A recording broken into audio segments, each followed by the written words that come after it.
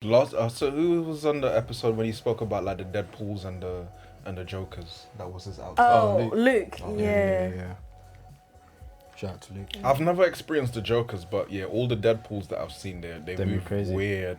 They invade your space. They like try and put like their finger like near your. I'm like, bro, Oh, I really? don't finger near your mouth and be like, bro, you're getting too comfy. They're trying to like, get some freaky shit off. I don't know What in the this Diddy dude is going on here? What in the Diddy is going on did, here? did a Joker costume as well? Yeah, he did. Yeah, see? There's a common It theme always, coming always on comes round.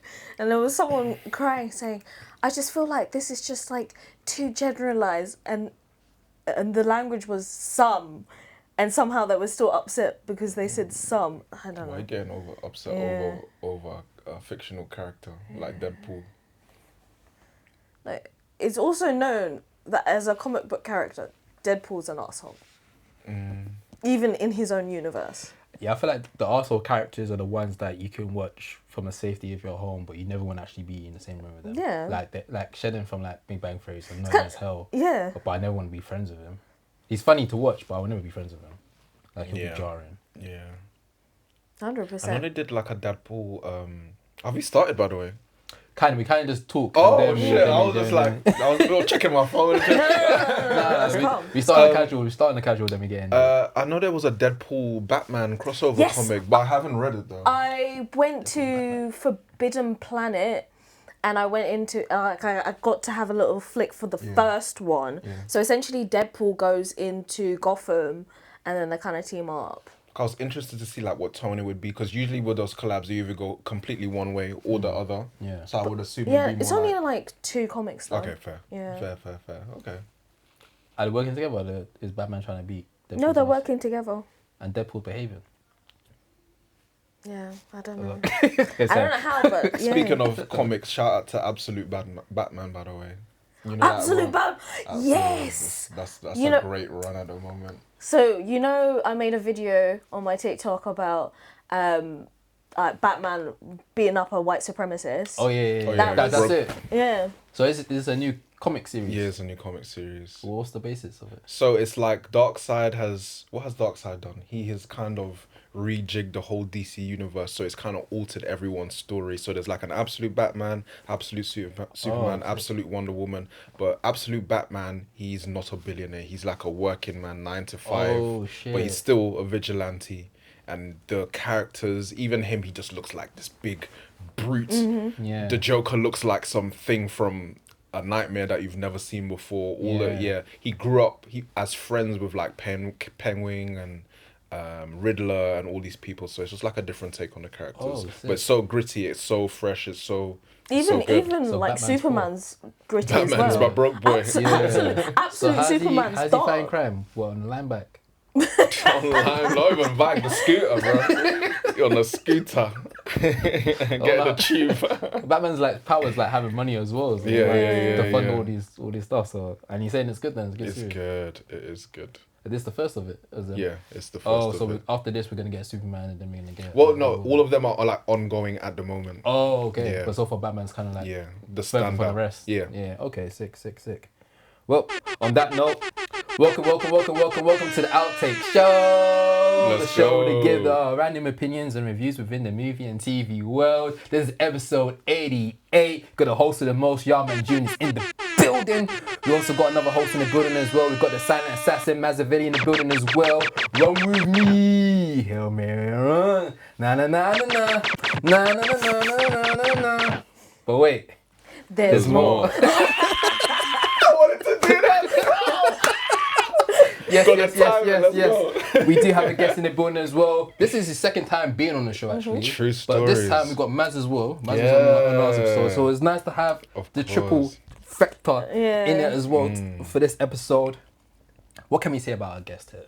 I have to say, the most fashionable content creator that I've ever met. Bro! Oh my I'm god, saying- that's how it I'm started. saying it on camera. Anime drip on point. Oh my god. Anime drip God, I on wasn't... point. We're going to talk about it later on, but there's some anime The collabs. creators know that drip horrible. Oh, Can't dress. I thought we listen and we don't judge. Horribly dressed. Oh wow, I wasn't expecting so when you that. see someone that can, You have Thank to you, praise it. Thank you you, have to praise thank it. you. Praise it. But he's more than the most fashionable.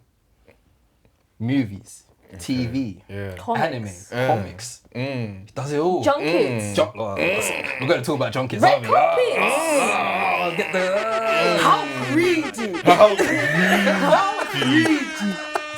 Yes. We got Miles of Agents of Screen in the building. Yes, let's go. Positive affirmations are my love language, so I'm enjoying myself so far. Let's go. So far, we see how it, Yeah, how it whoa, takes a turn. takes a turn. It might rapidly take a turn. But yes, Miles, how you doing? I'm great, man. I'm happy to be here. The studio looks great. I love the aesthetic. The Oh, logo thank you. looks great. Oh, thank you, The thank color you. grading looks A1. thanks, So when you're doing the editing process, just make me look as good as possible. Oh, that's the compliment you're trying to get it. Make sure I look good. Fair enough. But we do have a lot of stuff on the board here to talk about. But we do have one question that we always ask all of our guests. What is your outtake? Speaking of anime, do you know the film Akira? Yeah. Yeah, Akira, yeah. no. I think Akira is mid. Oh, shit. Now And let me clarify my statement because I see some clenched teeth. I see some hands covering mouths. The manga Akira is great. It's incredible. However, the movie is like a very truncated version of that. And I think its legacy, and I do think it's iconic, its legacy is more based on the aesthetic of it as opposed to what the story is. Like the because it's truncated from what the manga is, the story is kind of convoluted. It's kind of confusing. It's kind of like out there, but the aesthetic hasn't been like Neo Japan, like the motorbike and all of this. But it's not really about that, really. But I don't know if you can... I hear what you're saying. And obviously, I'm not the anime guy, so my information is very, very small. Mm-hmm. But because that film is such a classic, it's hard to say mid when it's like... For a lot of people, probably it's the first, like, It's gateway true. into Entry level, into entry it. point. So when you say mid, it's like, I don't know if you can give it that. I hear it. Because I guess you're basing off that the story and Yeah. what the manga had a Yeah. lot more context and a lot more going Exactly, through. yeah. Which I guess in hindsight you're probably right, but that film's It's a always staple. hard though, like doing manga to like film adaptations. It's kind of like watching an anime to live action adaptation. Once you know the actual anime version and then you watch the live adaptation, it's just like, oh, that feels weird. Yeah. That does, something feels off. You guys could probably give me an example. What's a film, like a normal live action film, that you think that people will say like, oh, that's a classic, just to be like, look as accepted amongst their peers? Whatever that Ooh, is, that's a good I question. believe that Akira is that film. Like you have to kind of say Akira is amazing because otherwise people will look at you like, oh. Okay, this is an outtake.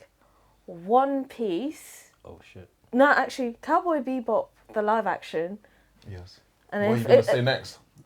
It's not as good Okay.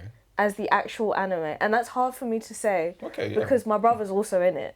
Ah. Personal ties. Yeah.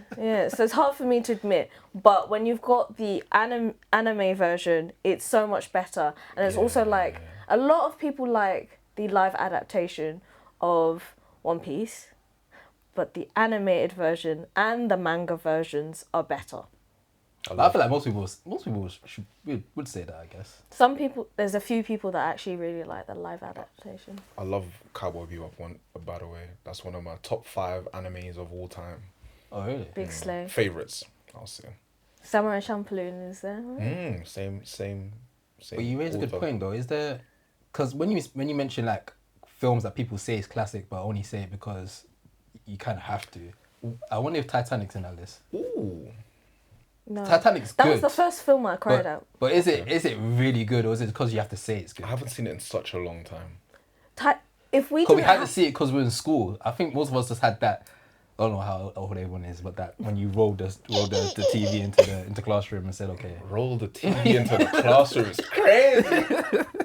But I think while I don't necessarily agree with the statement I'm about to say, people do say that Interstellar is one of those films that people say like, oh, like Interstellar's this classic, and then other people are like, oh, Interstellar's. I can't it's really like get down with Zack it. Snyder films. But I do really like Interstellar though, me personally. Yeah, same. No, it's like the Zack Snyder like Batman films. I don't care for them. Yeah, but I feel For Batman, like there's- Batman v Superman. She's talking about all of them. Anything that's kind of touched. I do like the Ben Affleck Batman though. It gave us probably the best Fight scene Batman. Yeah, Batman scene of all time. That Yeah, warehouse scene. A warehouse scene. peak. That was peak Batman fighting skills. Yeah. They definitely died though. Yeah, they definitely died. Like smash from two floors of wood. For real. Head first, neck Jesus first. Christ. I've never seen someone so wham move so fast. Yeah. Big boy. Deadass.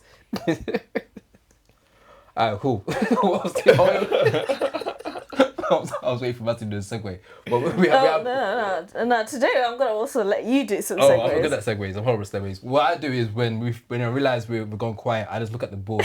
I go, next okay, is But we need next to thing talk we talk about the whole situation of what happened yesterday. For those of you that don't know, I was working, you were working, but where were you working? we were at the Guap Gala 2025. We'll get the points for that. So recently there was a competition for presenters.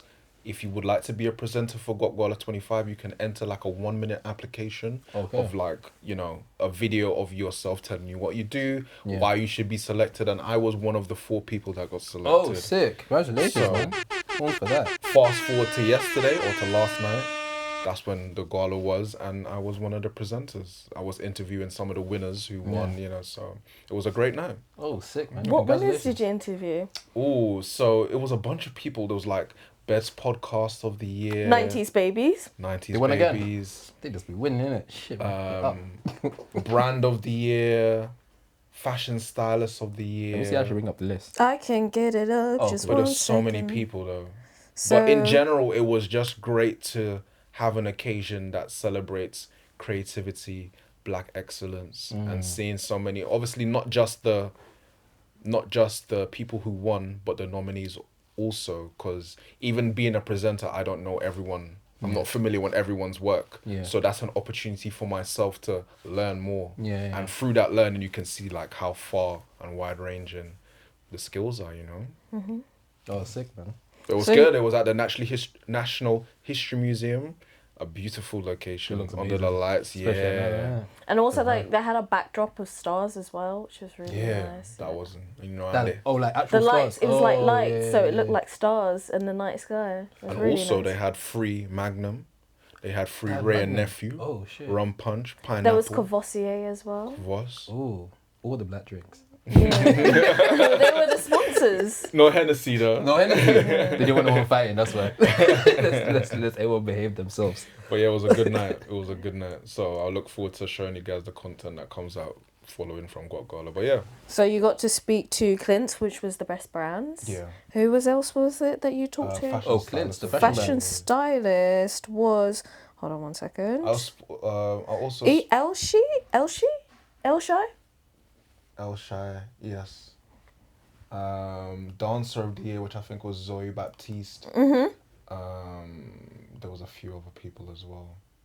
But yeah, we've put a few names there, so you have to go and watch. Yeah, it's coming out soon. Whenever they get round to editing it. Yeah. Fair. We do have the shout out friend on the show, Josh. Yeah. He won for Actor. actor as well. Thank you You're for sick. everyone that did vote for Josh. Yeah. He's having a good year, man. He's got a lot of stuff coming out later this year. And next year, actually. And next year, and No, it's he's next year. This year's done. yeah, but he's done a lot of theatre stuff as well. Oh, yeah, he has been. So, yeah, shout out to Josh, man. Who's hopefully have him. Actually, I don't know if we'll see him ever again now. No, we will. Oh, No, he will. We will. He said he wants to come on. I literally spoke to him. He did say that. I literally spoke to him yesterday. We will. Fair. Shout out to Josh, man. How do you find presenting? Because it seemed like because outside of the Web Gala, you've been doing obviously London Film Festival as well. Yeah. You do like you a even lot did of press Comic-Con. junkets. I did Comic Con too. Oh shit, yeah. doing back to back. So yeah, it's good. It's it can be a bit nerve wracking having to, because a underrated skill for people, or I find underrated, is to be able to talk without making any errors. Oh, okay. Especially when it's live and you can't really afford to make any mistakes. That's can be quite challenging at times. But once you get into the flow of it, once you don't overthink it, it's good. But I do enjoy it. You get to connect with people. You get to see a different side of the industry, and yeah, I just find it fun. Nice. Who would you say is the best like clique of people you like to talk to? Ooh, the thing is, it's less of the type of person, but it's more the type of environment you get to speak to them in, because usually with junkets you have a very short time. You might have 5 minutes, you might have 3 questions. So if, say for example, we're having a general conversation, I will riff off what you replied to me, but in a, because you have such little time, I'm not even really listening to what you're saying. I'm just thinking about the next question. exactly. Like, And that's kind of unfortunate. Yeah. So obviously with the more work that I do, hopefully I get more time. But junkets tend to be better because you have more time to speak to them. Yeah. Who's your favorite person you've had a junket with? Oh, I would say Delroy Lindo, most definitely. Sinners. Yeah, man, like Delta Slim, yeah. Come on, South East London. Okay. Lewisham, right? Yeah. Yeah. Of course. Yeah. So that was probably my favorite one. We got to speak to him. He was very warm. He took, and that was to my point. We only had a certain amount of time, but because of the questions I asked him, because he enjoyed the questions so much, he just kept going. That must be a good feeling when you interview someone and their agent says, "Oh, we can't." So no, give him 2 more minutes. You could see the person in the back be like, "Yeah, wrap it up, wrap it You must up." be like, "Yeah, I'm killing this shit. I'm actually killing Wrap this it shit." up, yeah. 2 minutes left, 1 minute left. No. Okay, so last one. Dream junket for 2026. Ooh. This is a manifestation thing right here. Ooh. I'm trying to think what's coming out in We've 2026. got Odyssey. Odyssey. I'm trying to think who I'd speak to most. However, aside from that, I would really like to speak to Denzel Washington because I know even though he has got like quite a few films coming out, he's not got that many left. So that many cycles left, and as an actor of his stature, you don't know how many press junkets he's gonna do, because he might be like, I don't really need to do that. Why should I? So if I get the opportunity to speak to Denzel Washington before he calls time on his career, that would be amazing. I feel like if it's true about the rumors of him being in the next Black Panther, I feel like he'll definitely do like a huge round of making sure he's speaking to, especially black creatives as well. Because it seems like he already does the effort anyway. But I feel like with a film like that, he will want to make sure he's talking to the right people. Yeah. Going through with that, if that film actually comes about, because I don't think Ryan Coogler was happy that he baited that out. But who would your dream junket be? So there's a new film called I Love Booster. Okay. Oh yeah. It's Boots Boots Riley. Yeah. Boots Riley, why'd I say Bootsy Collins? So that cast is phenomenal. We've got Will Porter, we've got Naomi Aki, we've got Keke Palmer. Oh, you lot talk bare. Talk about, you got 3 minutes to talk, and Keke Palmer and you talking together. Exactly. Bruh. I feel sorry for the sound person. I've made a new best friend. The sound person's gone crazy. That's it. Until you start talking about her TV show. I was literally about to say that with that southern fried rice. When you start mentioning that, things go south. When I saw that trailer and the premise, I was like, "What?"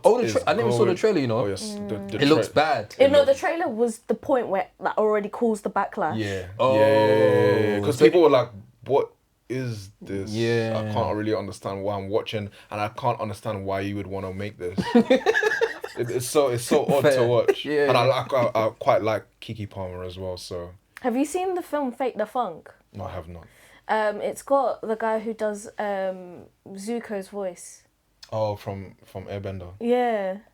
No, I haven't seen that yet. So like it was a real thing, and it had the girl who played Ashley in Fresh Prince of Bel-Air, and it was kind of like a similar premise, but it wasn't in the HBU. Oh. And so it had a bit more taste to it versus like with the current environment. So for those of you who don't know, HBUs are historically black college universities, which were based as an institution during the Jim Crow era, where it was hard for African Americans to actually go into uni and have higher education. So they were built so they could have those spaces. And it definitely shaped generations of black American minds.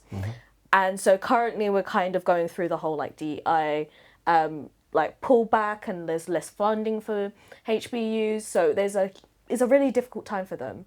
And to then have this narrative that kind of stereotypes both Americans but HBU college life, it's not, it just rubs people the wrong way. So that's why it's got so much backlash. Yeah. It's weird because it's written by a black woman, right? I think she just... No, it is. It seemed like there was a right... the concept could have worked, but you need like really good writing on like a real. Actually, I don't know what I'm saying. Just leave You know, I think there could have been a Watch the trailer and then see what you see. there could have been a way where they done it correctly, but I feel like the tone was so bad. It was not microaggressions; it was macroaggressions. It's also the name as well, like the fried rice thing is just like, oh. It seemed like they were trying to play off of clickbait, rage bait type of thing, of like, let's really play into this. It will bring an audience, but it seemed like the audience are like, we don't like this, but we're not gonna watch it. Sometimes people like don't like it, but gonna give it a watch. This feels like no one's gonna. I wonder if they're gonna pull it back.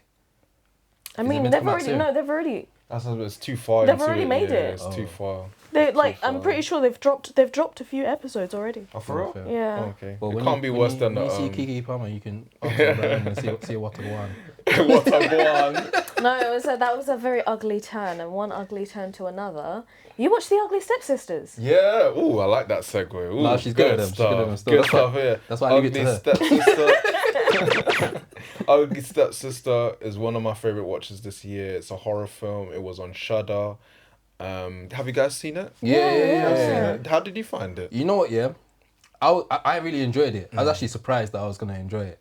I was the one that was excited. Yeah, Shudder doesn't really have like the best. That's true. The best There's horror some other films. Shudder ones that I've seen. I'm like, oh. Yeah, very questionable. But I kind of watched this like not knowing what's gonna happen. Me too. So I was kind of blown away. Like, oh wait, this is Cinderella, but it flipped it. I was like, oh, this is really creative. And I mean, it was more like of a take of the original Grimm's brother type of sense. like. Yeah. Oh, okay. So like, because like the original Cinderella story is just horrific. Most of these fairy tales are like gruesome, it's aren't they? Even really, like really Hansel and gory. Gretel and all of that stuff. Yeah. So like it was just like, I saw a lot of people say it's like Cinderella meets The Substance, and I was like, yeah. Oh, yeah, it is. Yeah.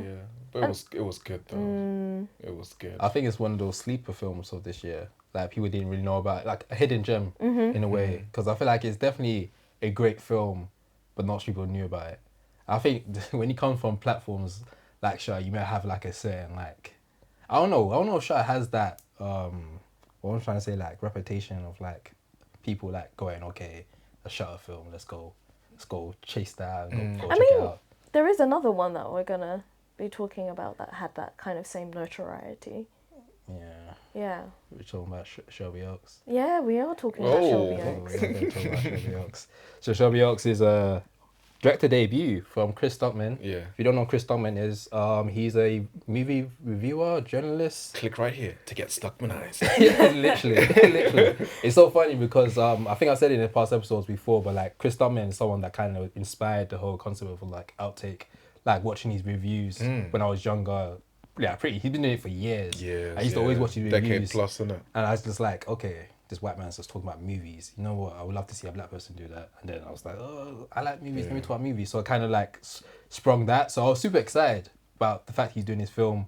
Obviously, he broke records because he did a crowdfunding. Yeah. And he kind of crashed the sites. He made more than he wanted to make for the film. And then Neon, of course, attached himself to it and gave him even more money to finish the film. And now it's out.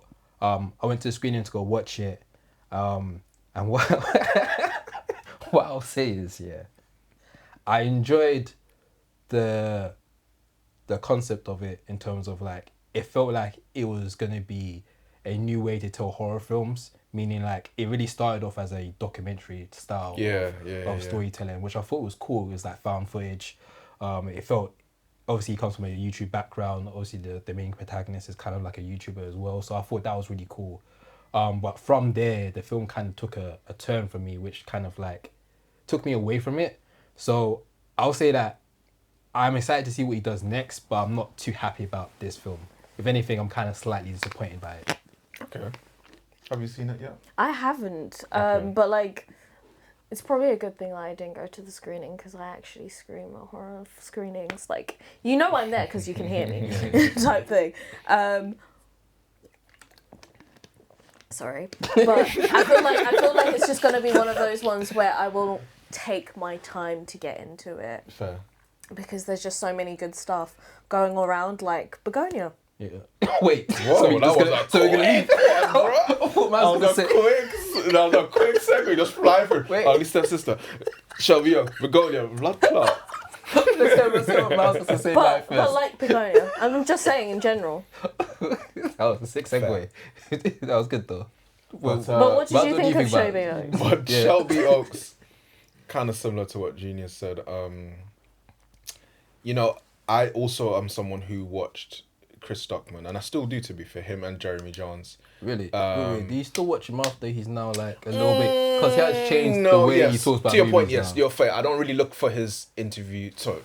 I don't really look for his reviews anymore because and I understand why. Since he's Yeah, become same. a filmmaker, he doesn't want to necessarily Ruffle feathers? ruffle feathers within the industry and also negatively critique other Yeah. filmmakers' work. So he Yeah. only speaks about films that he likes. So if you see a review on his page, you know Yeah, that he's he's liked liked the it, film, which is kinda like- you know. So that's rubbed people the wrong way because people want to know whether a film was good or not, or whether they should go to watch it. So he's kind of changed, Yeah. you know, his. That kind of annoyed me because I actually looked at him as a tastemaker. Yeah, So yeah. like if he liked it, I was like, you know, I'm gonna go to some like those Yeah. times where he gave a good review and I literally went to watch that movie literally from watching a YouTube video. I went straight to the cinemas go watch it. So that change made me go, you know what, yeah. And I even- respect what you're doing, but I'm not gonna watch. Yeah, your and video even for the films that he does like, he's still speaking about it from the perspective of a filmmaker. So he's being a little bit more lenient. So now it's like, can I really trust your opinion? But then, do you think also, as your experience from someone who speaks from a critical perspective, have you then viewed the way he does reviews a bit different? Yeah, Yeah, yeah. exactly. Yeah. Exactly. That exact same way. So I don't really digest it as much. I can appreciate and understand, but I don't. I don't really. You know, from what I want from my reviews, that's not what I want. But I can understand his perspective. But in terms of the film itself, I'm happy for him that he was able to actualize his vision. Like he was, you know, this is something that's taken so long. He's got crowdfunding. He was able to get what he needed. So it's, regardless of what it does or doesn't do, it's an accomplishment for him. Oh, yeah, And it's amazing to see. As for the film itself, if you take a step back from it, it wasn't a bad film. I can't say that, but it was underwhelming. Were there like elements that you actually enjoyed? Because I think that's one thing I'm trying to do now when I'm watching a film, whether I like it or not, is find an element I enjoyed or an element that I feel like could have been a bit better. I like the first 10 minutes. But in terms of like what story building, I cinematography, think the vibe of it was like The found layout. footage, mockumentary. Yeah, I thought that was really cool. Like I said, I thought that was a new way to tell horror films. And I'm like, I watch a lot of horrors. Like I love horrors, so like for the last couple of years now, it seems like horrors are kind of obviously horror's been really great this year, but there is like a format of how you tell horrors. So when he was doing it slightly different and added a new element to it, to the found footage telling of horrors like Bear Witch and like Paranormal Activities, like doing a mockumentary felt like, okay, this is kind of cool. When the film, that only happens for 10 minutes and then it's like some slow motion like break montages thing and that stuff, happens, right? yeah. And then the film does become like a normal horror. Then I was like, I'm not sure about this because he's not good at writing still. Oh. And that's another thing about directors. This is my outtake, yeah. Directors, yeah. You don't have to write your films. You don't have to write and direct. I don't know if people that was gassed by certain directors like James Gunn or like, I think just Christopher Nolan writes his films. He wrote some of Sometimes, them. yeah. Thomas He wrote Anderson some- as or well. his brother in as well, innit? But like, not all directors need to do that. I feel like Chris Stockman could have did, you know what, I have the vision of what I want to do, let me give it to a good writer. And I think that this film had horrible writing. The protagonist I didn't really care about. She had a whatless husband that just didn't give a damn about what's happening to her. Yeah, that was weird. Yeah, it's like that's not even like how a normal human will behave to your partner that you're meant to be with. It was nuts. And that was kind of one of the things is that if you're a new director or you're someone that digests film as much as someone like Chris Stuckman, it kind of baffled me why he would do like a more generic version of horrors and not try to do anything like new. Yeah, that's true. Because, you know, if you critique writing of a film and then you write something that's It's like... caca, yeah. it's like, That's very true as what's well. going on? That puts a lot of spotlight on him as someone that has critiqued films heavily in the past, but now you're a filmmaker and now your film's not like It's not you're not really backing what you've been saying in Do the you past. think because he got See, the actually. funding, he like rushed himself into like just making sure that the film was actually made instead of There giving was time? there was childish relations he was going through. Obviously, the strikes affected him quite heavily. I think this is his first time dealing with a film like this, like with this type of budget. I don't think from watching his videos, I don't even know if he's used to even working in a team in that type of scale. Like you're a director now, like you call the shots compared to being like a YouTuber where he just puts up a tripod and just films himself talking to camera.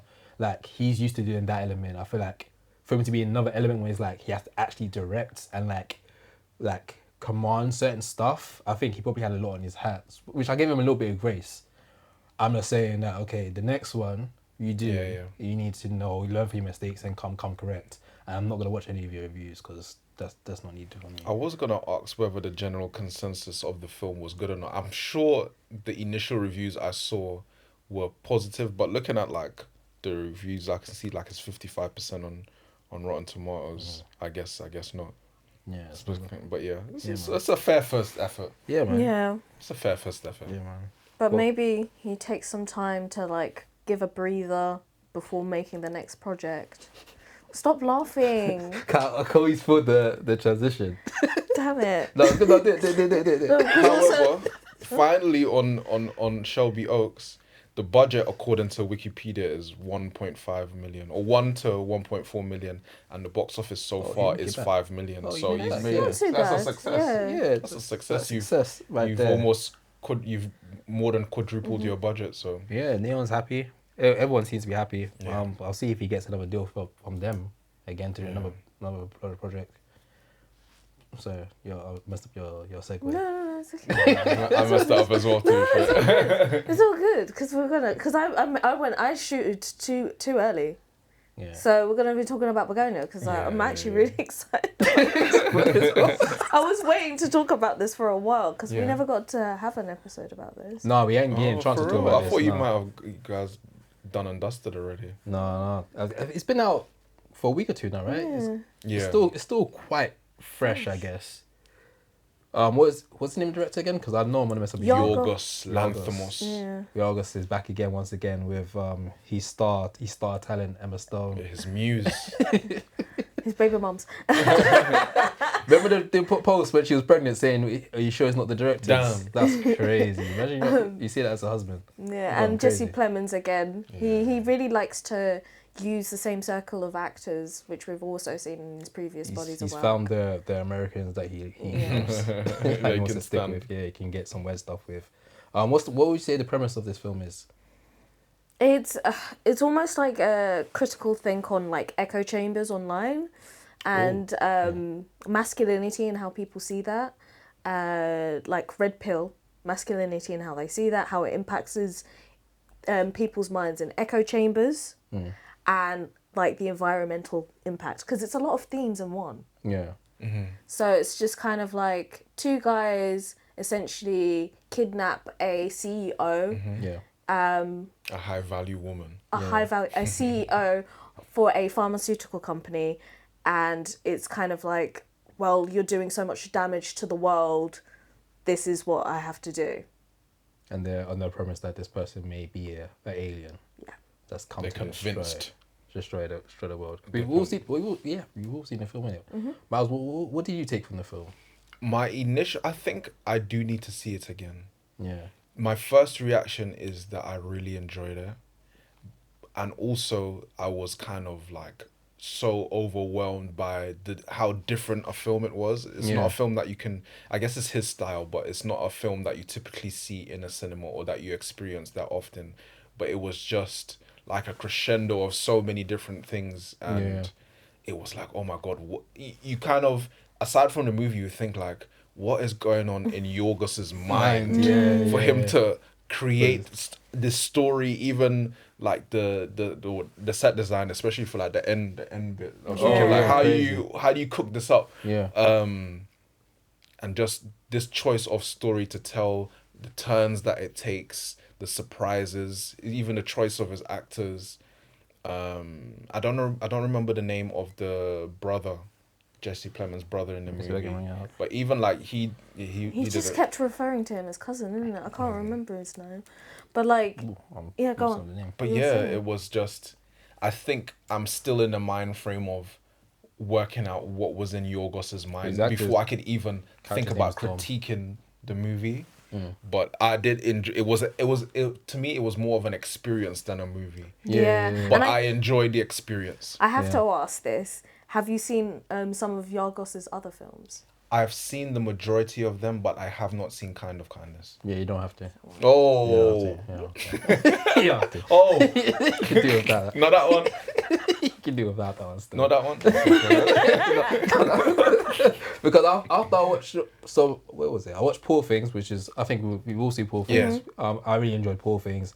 Then Kind of Kindness came out. I went to watch that. I was quite disappointed with that. I guess my summary of that film was it was just too much stories happening. It was basically like Black Mirror in a weird way of Black Mirror the film, but like it's like 5 or 4 different stories, and none of them really stay with you. So it's like kind of wasting my time watching this. So I was kind of like skeptical about this new film, but it has the star people in it. It has Emma Stone, it has Jesse Plemons. So I'm like, okay, let me give it a watch. And I thought this was like a great way of like redeeming yourself for whatever stuff you did back there. So I really enjoyed it, and I actually watched it twice. And on the second watch, the first watch I really enjoyed it. Second one I enjoyed it, and I realized, okay, this is a film that I actually like. Like I actually like it. Yeah, I think the ending. Wait, I don't mind if you have anything to add. I want to talk about the ending. No, I want to hear what you have to say. Because currently right now there's mixed reviews or mixed opinions on the ending, as obviously we're going to do spoiler alert, it ends with revealing that Emma Stone is in fact an alien. But then we have like, from the reveal, we get a good probably like 10, 15 minutes of her like basically destroying the whole planet. I think right now what I've seen on socials is people kind of like becoming like directors or editors being like, oh, it should have ended with her just like revealing she's an alien, then go straight to credits, instead of like really pushing the narrative like she's an alien. Also, it was like pushing, it was really highlighting she was the Empress. Because he was like, oh, sorry, I didn't know you were the Empress. But then when you see that, you're like, she's the Empress. She's top dog. You know what I mean? Top dog.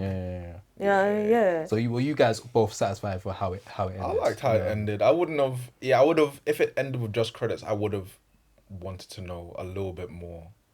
And I know there's a skill in like leaving people wanting, not revealing all the details, but I liked how it ended. Yeah, same.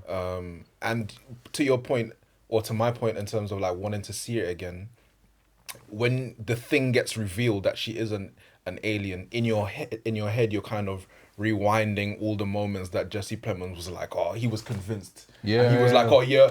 And even earlier in the film where he was like, oh, I didn't realize you were like the one of the royalty. You're thinking, what's this guy on? Like, what's he talking about? That's when you But said then at the end, it get revealed that he was actually right. So then you go back and thinking, okay, what else was he right I don't about? know. I was a bit stupid. Halfway through when he started saying stuff, I was like, you know what? It's making sense, you know. Oh yeah. It's making sense, you know. And then when it came out, she was an alien. I was like, I knew it.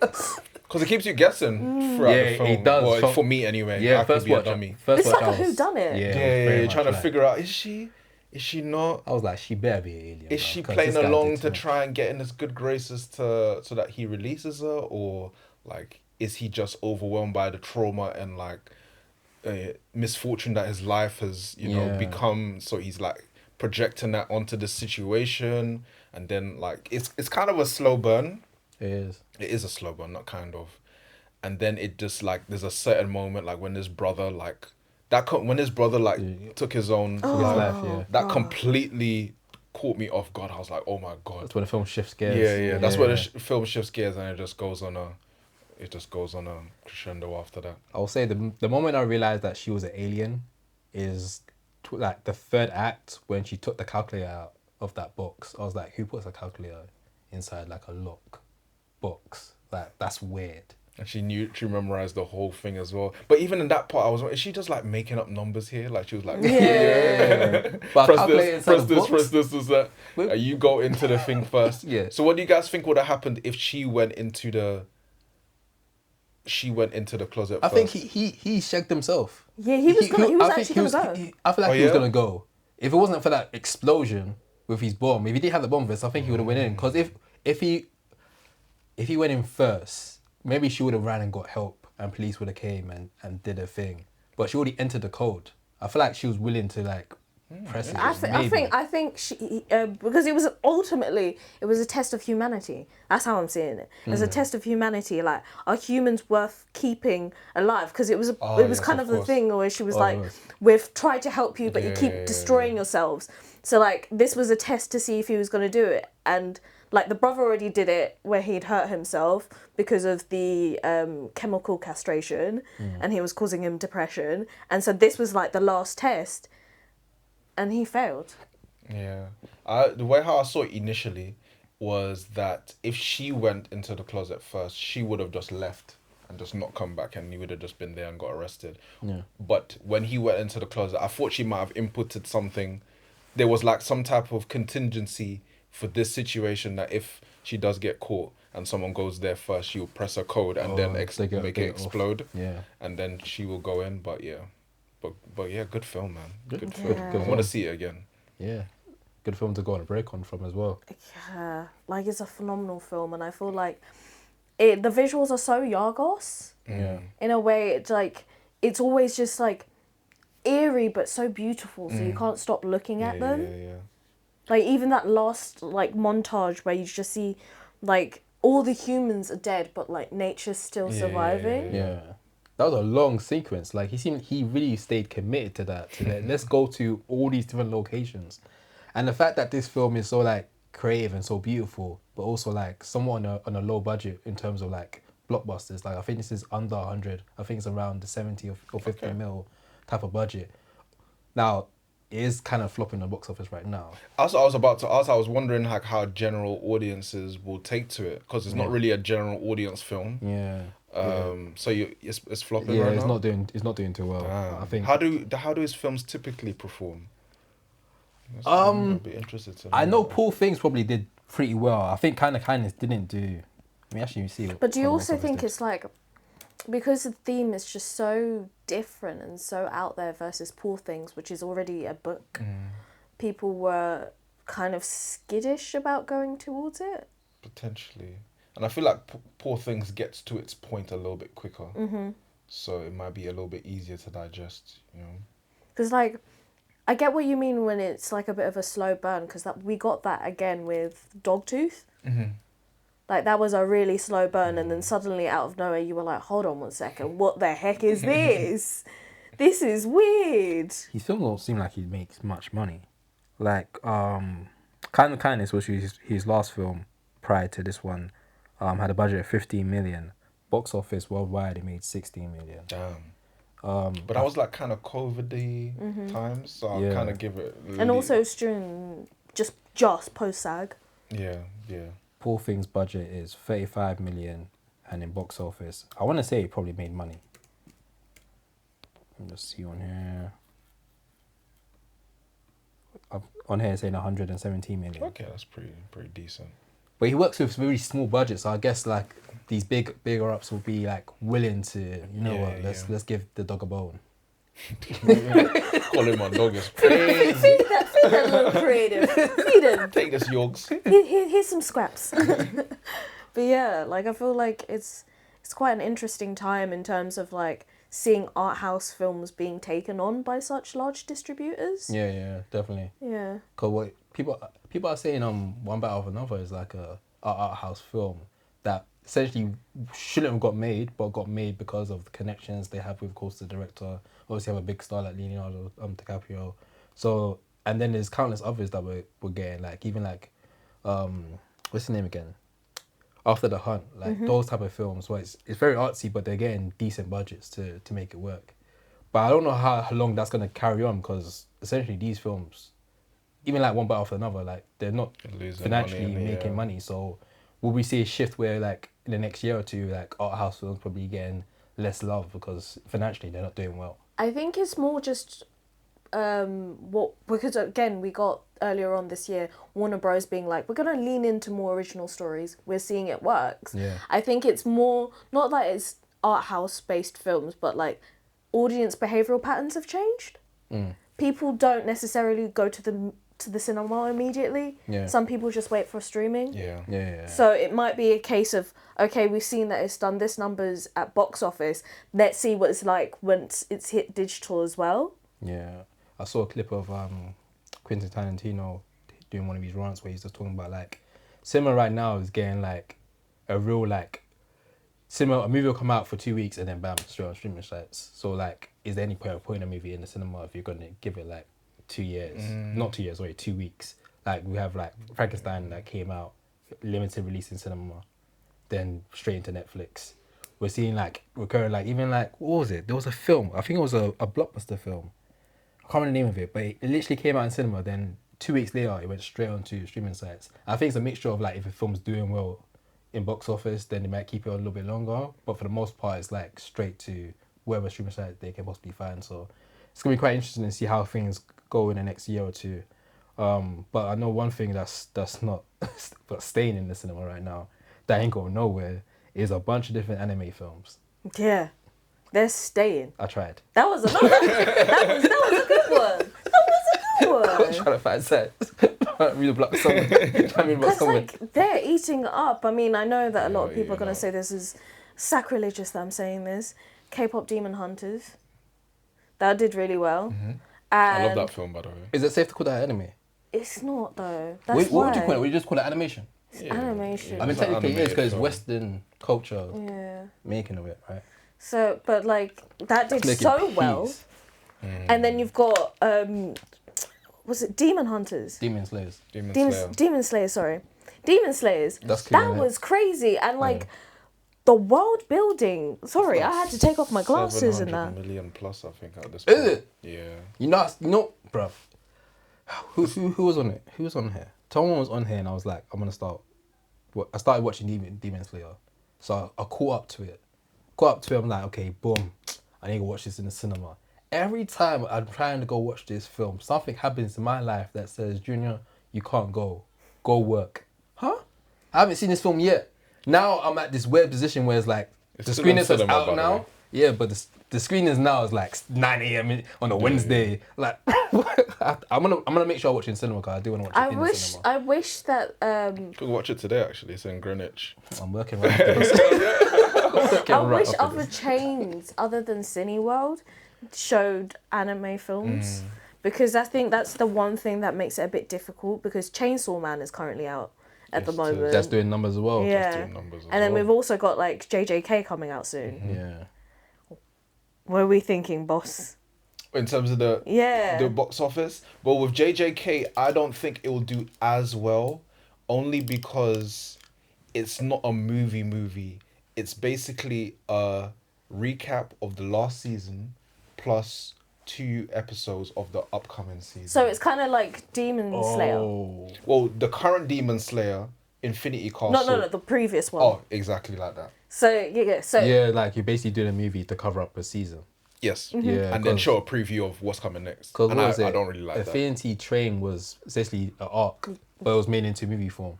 Yeah, Infinity Castle was an arc in movie form, yes, that we've never seen before. For Yeah. JJ. Oh, So- really? It's the first time that's happened like It's that. the first time, because Demon Slayer, they had, the last season was called the training... Yeah, the training camp. arc, This yeah? one you was Yeah. the trainer. So- yeah. From that point onwards, there are no Demon Slayer episodes that are going to be released again. Yeah, it's just a movie. It's innit? just a trilogy of movies and then it's done forever. So Oh! this is Shit. the first of the trilogy. So we have 2 more Demon Slayer movies coming and then it's finished.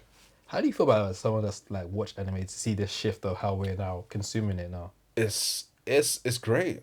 It's great. Like to have an anime film in cinema, when I was growing up, was unheard of. Yeah. But to see it do these numbers and have it Yeah, it's beat doing the likes crazy. of like Mission Impossible and Yeah, F1 yeah, and it's doing all the crazy. Marvel films and all the DC films is just like insane, and we're just getting more and more. So, but I just hope we don't learn the wrong lessons. Yeah, and from- but also like it's not just a situation where they're pushing out films; they're pushing high quality films. Yeah. That like one of the big things that people said about Demon Slayer was that like the architecture used in the Infinity Castle castle is itself. so like dense. The architects are like, this is amazing. That's what I can't wait to watch. And to put it into a digital form, Yeah. that's crazy. Have you seen? Are you familiar with the Chainsaw Man anime? Yeah. I'm looking forward to the Chainsaw. That Chainsaw one, Man in the movie. I enjoyed that one more than I did Demon Slayer. Oh. I've The been movie. hearing a lot of people say that. The movie. My friend on the show, Mac, think it he was works saying better that as a movie. obviously Demon Slayer. To be honest with you, yeah, I like Demon Slayer, but it's not really good at anime in terms of like it has a certain format for each like arc. Yeah. Fight demon's about to die. When I was a human, I used to. then he dies. Yeah, Like, bro, I don't yeah, care. I don't yeah. care. And then there's some sad music Yeah, for a little yeah, bit. Yeah, then man goes train. Then he died. He almost died fighting the demon, so he has to rest for like 2 months, and then wakes up, and then then he's like, I'm training again to get stronger. Yeah. Musical. and that's the format of it. Now, I forgot what I was gonna say. I was gonna say is people were saying, my friend Mac, friend of the show, he was saying with Demon Slayer, there wasn't much of a story for it to be on like in the cinema, opposed to like the movie doesn't really drive the story as much as like a Chainsaw Man, because he was saying that you kind of already know what's gonna happen in Demon Slayer. Yeah.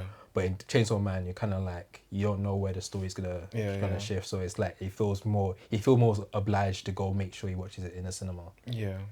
I think the Demon Slayer movie exists because they know how much of a market there is for it, as opposed to this story requires a movie. So it's more driven by the money penny. the penny as opposed fan. to like it making sense. But So it's like penny over passion type thing. yeah, basically. But it's still a good watch. Yeah, Though. Chainsaw Man, the animation style of it is beautiful. Like I didn't know when I first started watching it. This was like a few years ago. I think when it first came out, I was blown away by how beautiful it looked. Like you lot probably spending money on making it look this clean. Yeah, they need to pay their artists more though. Oh yeah, Yeah, I've been hearing yeah, horror they do. stories about It's how like they do it. 12 Years a Slave. I heard horror stories about. Oh shit! I still haven't watched that, by the way. I've heard horror stories about. You ever see 12 Years a Slave? No, I watched. I put it on 5 minutes, and then I saw what was happening. I was like, nope. You know. I'm not. You know what? I'm not mad at that. Yeah. I mean, I Nope. think I watched it Too happy for this around right now. uni times. And I was like, why is everyone gassed about this film where it's like man's Yeah, getting won the Oscar and battered? all of that. Yeah, Like, yeah, I'm not watching but that. that's a conversation for another day. I was gonna say about JJK. Yeah, I was gonna say about JJK. I heard horror stories about like anime. What do you call them? Are they animators? Animators, Yeah. Animators like literally finishing off on the day it's being released, Yeah. and like obviously on Crunchyroll it's being like delayed because they're still finishing it. Yeah. Like imagine how much hours and time they have to put into like making this. I And remember like, someone posted like the schedule of like an artist, like a mangaka or anime artist, and it's just the schedule is insane. yeah. It's insane. It just looks like what she said, 12 Years a Slave. It's just like round the clock. You're not getting any sleep. You see the deadlines. It's just like impossible. But I feel like they also have like a culture of like this weird working culture where like no That's one wants true, to Japanese, leave, no one wants to leave the Yeah, office yeah, because it seems like they're being weak That's a or. huge Oh, but it's slacking. almost like encouraged that you like will go out with your colleagues and then you just sleep in the office. Yeah, there's a lot of That's what they do as well. You Mm. sleep in the office, you wake up, start drawing again. Jesus. You might even shower, but yeah. Jesus Christ. Yeah, this conversation took a lot. Yeah, no, but I think it's also like one of those things that like everyone kind of has known, but like Yeah, nobody's yeah. had the kahunas to actually have a conversation about. So that's why you really do have to appreciate the art form that is anime. Yeah. But aside from anime, even to like the Godzilla -1, the budget was 10 million, which is an amazing achievement. But it was also 10 million because they're not paying. Cheap labor. Yeah, Oh, the cheap shit. labor. But then we're also getting it with like Spider-Man Oh, yeah. Into the Spider-Verse, and that's like When we heard like it goes back to even like Marvel with the VFX artists, like there's definitely a huge underpay going on. It's weird because how do you fix that when it's like the standard is that in their brains, so it's like there's nothing you can really do unless there's like a union that can help prevent that. And I think that's why it's so important that like big unions like SAG are supporting these artists and kind of really encouraging them that like, look, we'll try and have your back as much as possible while you go through this, because I think, especially for us three, we've been in the creative industry for a while. It's very hard for you to actually know what it is to have a union or know that you have a what's union. commonplace, Yeah. Yeah, that's true. So I think it's just like really important to have these like institutions being able to kind of have your back and teach you about your rights. Yeah, I don't know how we ended up here. But yeah, let me bring it back around. I'll just say on Chainsaw Man. I think it wasn't until this movie that I really understood what the story was about. I think that's maybe just me, because beforehand it's kind of silly. Like the premise is he's got this like chainsaw demon, but he's motivated by his desire to beat. Yeah, basically. He wants to touch breast and he wants to do all these things. This is literally why Pat called it a Guna film. Exactly. And I was like, even going into the Chainsaw Man film, I didn't really have that much expectation. So I was thinking, the premise is kind of stupid. But through this film, I kind of really understood what the film is about, or what the premise of the story is about. So for me, it was Denji, who is the main character. His desire, he just wants to be loved, and he just wants to find a place to belong. And because his upbringing was so feral, he's willing to do like whatever it is to be accepted. And despite his willingness to be loved, like every time he has a chance to do so, he's either manipulated, or someone is trying to use him or trying to get his Chainsaw Man demon heart, but they don't really appreciate him for him. So I thought from that side, it's quite a quite deep, poignant story, but obviously, Guna stuff. It's got that lens over it as well. Because he was roasted in first season. He was roasted. He wanted to touch, bro. He wanted to touch.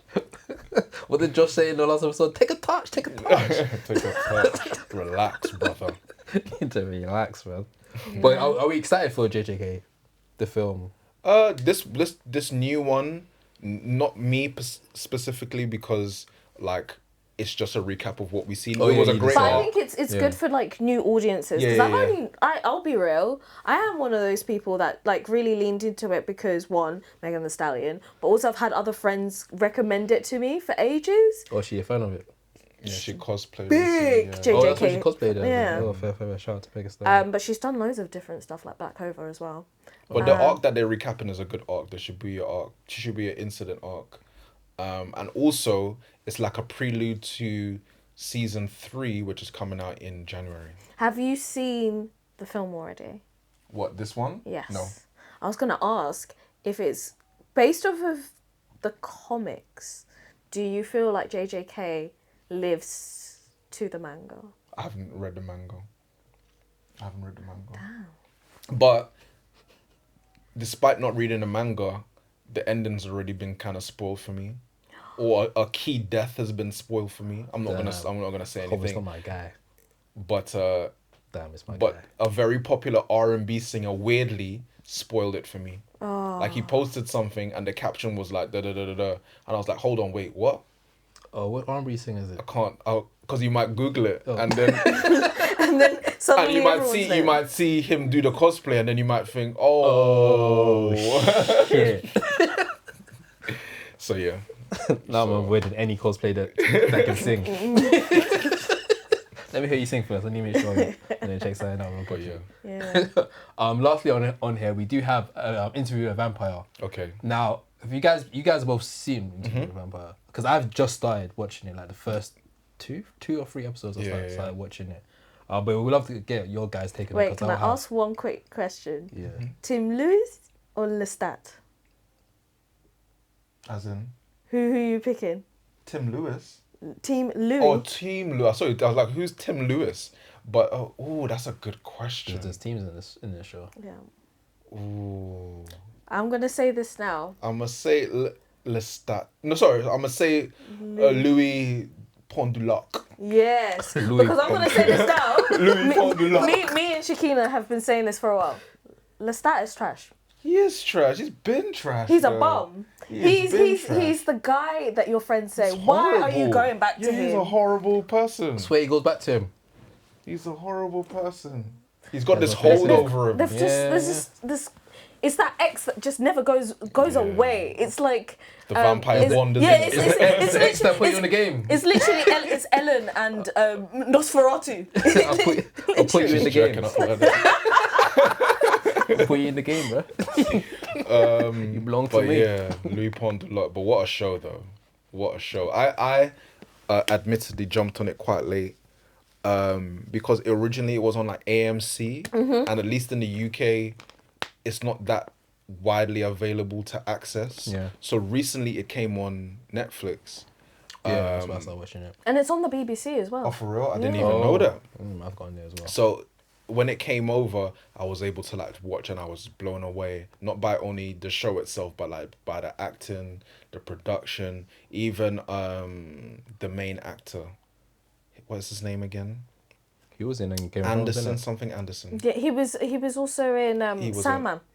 He was also in Sandman. He was also in Game of Thrones as Grey Worm. Jacob Anderson. Jacob Addison. Jacob Anderson, and like all of their performances are so good. And Jacob Anderson specifically, he's like playing 3 different characters. Not necessarily 3. He's playing the same character, but his accent work, for example. So he is playing Louis in like 1910 when he's still living in New Orleans. So he has like a thick New Orleans like Cajun Creole. accent. Yeah. That's what But I'm dealing then with right now. simultaneously you're seeing him in 2025, let's say, in present day, and he has an accent of someone who's lived for centuries or hundreds of years. Yeah.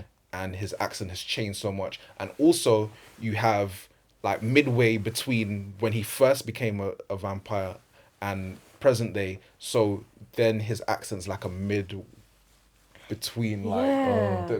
It's almost like like changing. a melting pot of the two Yeah. accents from So different for him times. to do all of that is just Yeah. incredible, and that's just him. Like you have How much seasons of the show have we got so far? 2. Two. There's a third So one no, coming it'll soon. be, yeah. Oh, okay. And then also we're gonna get the stats on Yeah. the show as well. Yeah. There's a spin-off happening. So the third season, I think the third season It's more, is Lestat's is show Lestat, technically. yeah. Oh, Yeah. I don't know who Lestat is. But The blonde one. The blonde one. Yeah. How The, far the, have you the one that made him into Yeah. Yes, yeah. Oh, that's his name. Yeah, Lestat. Man, I watched two Tom episodes. Cruise. Not Tom Cruise, but Tom No, Cruise. but no, it's Tom Cruise's character in yeah. the film. We be. It's a So, film. you know, you ever seen Interview with the Vampire, the film? Oh no, I haven't seen it. Okay, that's a So good watch too. Kirsten So is Dunst. it actually based off of the film? It's It's based on the book. book. But based the book. So Yeah, the yeah. film and the TV show based off the book. Yes. Okay. So it's Brad. So in the film, it's Brad Pitt and Tom Cruise. Yeah, okay, And the yeah. little girl is Kirsten Dunst. Mm-hmm. In this Oh. one, it's like What little girl? He hasn't got to that part yet. Okay. Is he got He a hasn't little got girl? to that. Is she a vampire? you'll see. Buffy the Vampire. Let's go. You'll see. But yeah, like Interview with a Vampire is just like a very interesting 1,000-year relationship. Very toxic. I think it changed this show specifically changed my perspective on vampires, how I view them, like within the lore of like creatures and stuff. Like because of this show, I just see them as like so tragic and lonely. Like they're just alive that's what I for got from time. that's what I got from the first two and episodes. they're just trying to like fill their days with, you Yeah. know, and they just have this like tragic but you know thing that they have to like feast and stuff like, but they're Yeah. just like so lonely. Because what is it? Is it Lestat, the blonde guy? Yeah. Being vampire. He had a line that gave the same type of sentiment. Was like we're very powerful, but one of our cons is that we live so long. We're ultimately alone. We're lonely people, and I guess that made him have this desire for the protagonist so much to make them their partner because he needs someone. to be He with. didn't want to be lonely anymore. And I think that's like something that I don't know what, probably because I used to like love Twilight and vampires and stuff like that when I was a lot younger, was like the idea of like, imagine you grow old, you see the world, but like the people you love die, everything that you know is completely changing, and you're just living. That sounds... And you can't really experience hell. it because you're just alive at nighttime. And even it's not as simple as I like you, I'm gonna turn you into a vampire. It's like for example, I like Maz, I want her to be with me, and then I bite Maz, but she doesn't take to the dark gift and she just dies. yeah. You know, because you can try to give it to someone, but their body doesn't like take to To it. reject it, yeah. So you could just be going through life being the only vampire that's around, but you're just there by yourself. Yeah. And it's just like so lonely. So yeah, I think this show kind of cemented that idea into my head in terms of like the tragic nature of vampires. Yeah, I'm looking forward to it. Yeah, it's a great show. To the Man. rest And of then the also season. like it's a really interesting thing because even though it's an AMC show, we're getting the forerunners be like amazing British talent. Yeah. So like you've got Sam Reed and then you've got Jacob Anderson and then within the new season as well we've got a few more people who are of like really strong British acting talent.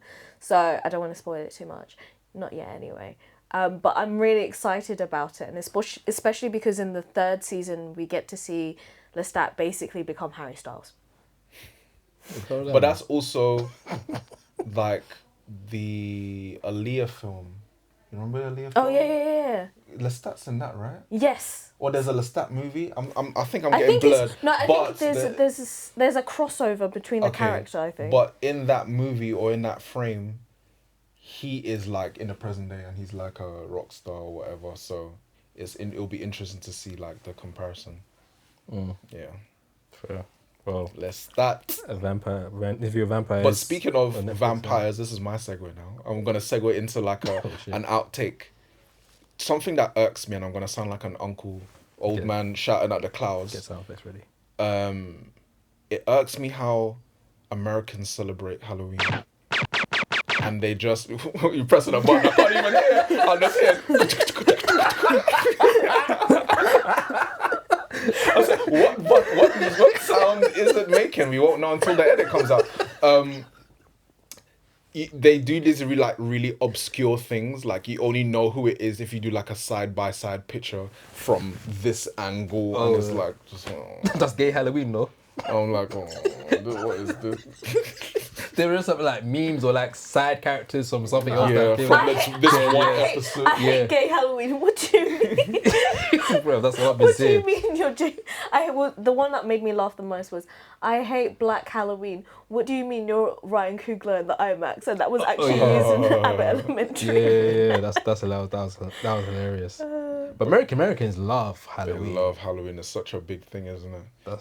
They give you like 3 different outfits, 3 different Halloween outfits in the same thing. Yeah, it's Yeah.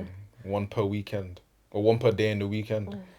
crazy. You don't mess with Halloween then. Huh? You don't mess with Halloween. It's okay. I'll take it or leave it. Don't knock on my door during Halloween. It's not not getting no opening, my friend. Unless you want like bread.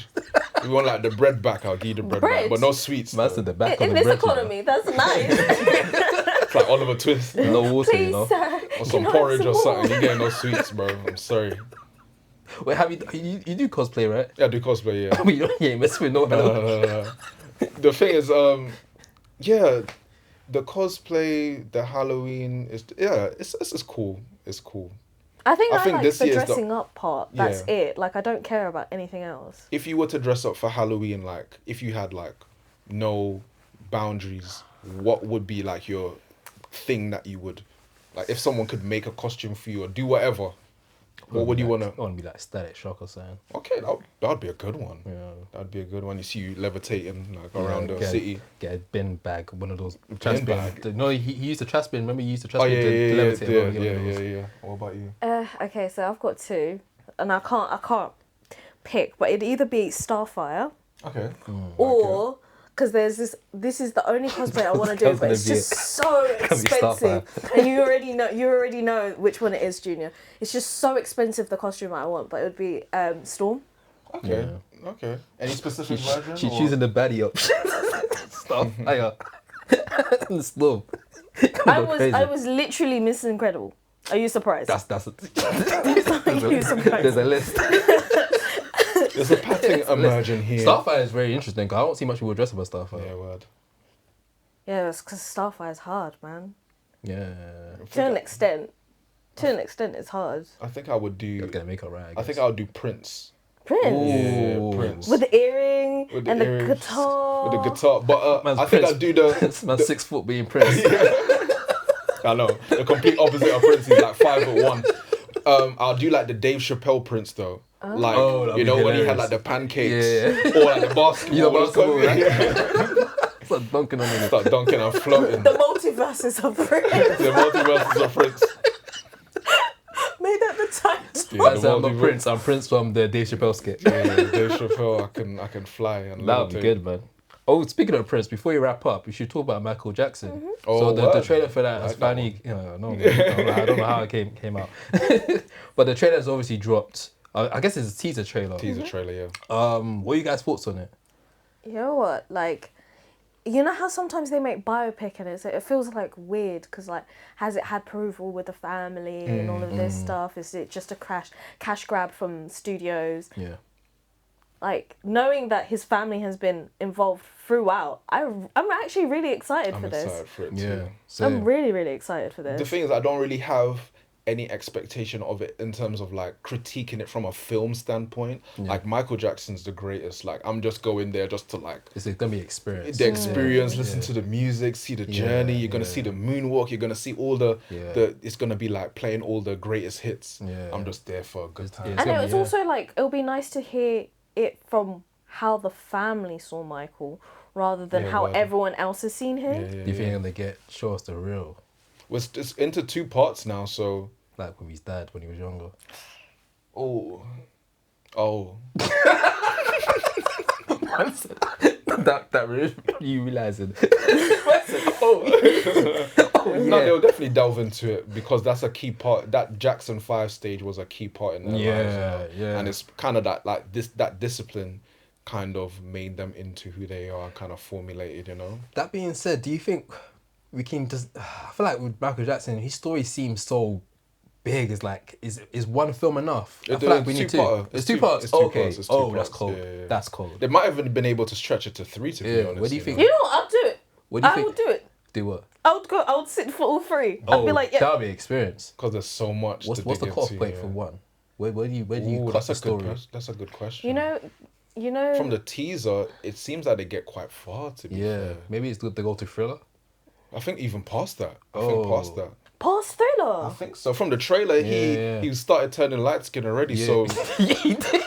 he did. The nose was shaped. That Respectfully. That nose. I don't know who did that, but that's so disrespectful. They put bare layers on that. CGI heavy, yeah. They put bare layers. So on they it. spent 10 million on the nose alone. That's crazy. I saw people commenting on Miles Teller how he looks in the film because he's meant to play like Michael Jackson's attorney. Oh, yeah. I don't know if that's meant to be like a significant role. I don't know much about Michael Jackson's history, so I don't know why. Yeah, you do. Do I? The cases. Oh, that's why the attorney's there for. Oh shit! I forgot about that. Forgot about that. Oh. Yeah. But yeah, with the nose thing, I guess I need to see more of it. Because I know it was his biggest insecurity for sure. Yeah, exactly. So I think Yeah. it's a key part in the story, isn't it? Yeah. But like, yeah, so I think it, based off of the fact that it's his biggest insecurity and it is more from Michael's perspective, maybe they've done it that way because that's how he saw himself. Yeah. I heard some people have been saying that his nose was actually like it was a big nose. Yeah, it was, it for was, sure. it for was, sure. it was just definitely Afrocentric features, Yeah. but it wasn't enormous. It wasn't enormous. It wasn't like some Gonzo or anything like that. You know? Gonzo. It's a deep cut right there. That's a deep cut. Muppets and Sesame Street. Gonzo, you know. I say Gonzo. But fair, I guess we're all looking forward to it. Like I think I'm kind of similar with Miles. Like it's gonna be experience. Yeah, it's gonna Whether be the film's good or not, we're gonna rock out to all the But music. already, like from the trailer alone, like the voice, Yeah, the voice. Sounds really good. that's him. Yeah. That So I saw someone do like a side by side for certain moments in the trailer versus the real life stuff, and it looks like Bang on. Yeah, it looks bang on. It looks bang on. But even like another biopic that came out recently, the Bob Marley one, even though it wasn't the best film, I did enjoy just like the moments of it and like seeing like the creation of the hits and Yeah, you know, I think a lot of these biopics are like just celebrations of the artist, except for and even in the Bob Marley one, when the credits were rolling, people were like singing like leaving the That's cinema. beautiful. So you know, it's gonna the Michael Jackson one. It'll be interesting to see what the box office does because it should bank crazy. No. Wait, please. It making should bank You know those crazy. fans that used to pass out during the concerts? People are saying they're going to pass out in the cinema. Make money.